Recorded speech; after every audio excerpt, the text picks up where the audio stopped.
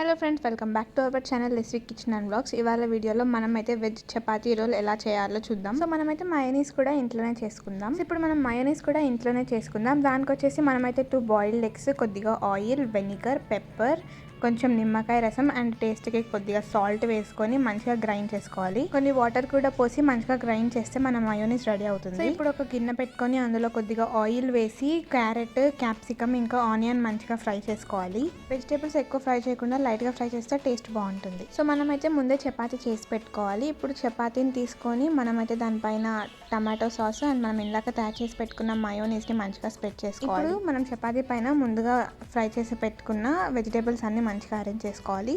చేసుకున్న తర్వాత దీన్ని అయితే మనం మంచిగా రోల్గా వ్రాప్ చేసుకుంటే ఎంతో tasty and simple veg chapati role ready. ఈ రెసిపీ అయితే చాలా బాగుంది కదా. సో వెంటనే ఈ వీడియోకి లైక్ ఇచ్చి మా ఛానల్ని ఇంకా సబ్స్క్రైబ్ చేయకపోతే ఇప్పుడే సబ్స్క్రైబ్ చేయండి. See you next video. Bye.